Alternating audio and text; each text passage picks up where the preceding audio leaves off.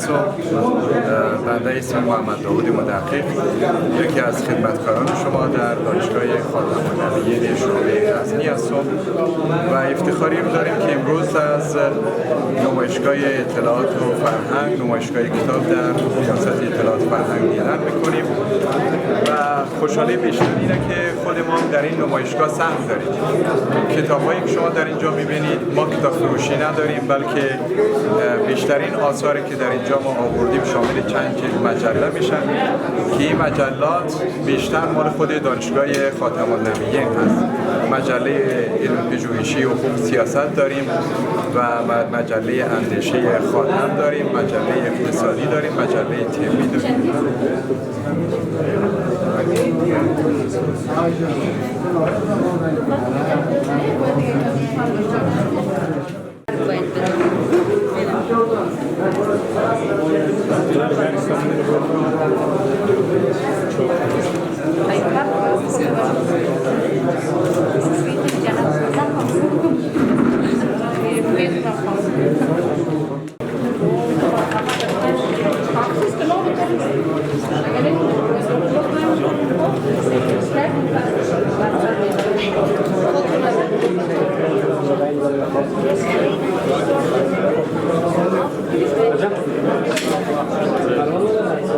ولایتونو پر تله باندې غزنی هم یو فرهنګي ولایت دی چې فرهنګي تاریخ لري، پخوانی کره واخلو او معاصر او اوسنی.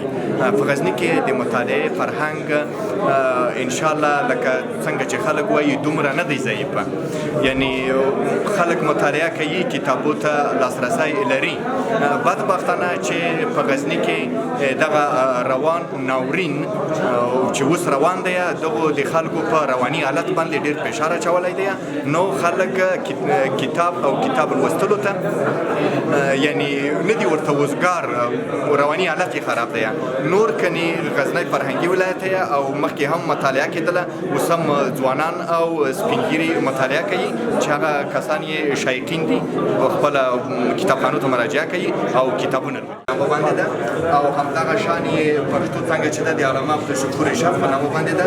دغه کتاب چې دی تقریبا ما په یوه کال کې بشپړ کړی دی چې لیکوال یې خوشبختانه زه پخپله یم. مننه. او دا بیا کې چاپ کړي دي، یو څه کم یې مطرح کړي وو. او همدغه رقم دویم اثر هم ما هندوستان ته سفر درلودلو چې د دغه کتاب په لیکلو باندې هم وتوانېدلم او لیکوال یې هم زه پخپله یم. او یو بل کتاب چې خاطرې دي او یو بل کتاب چې دی هغه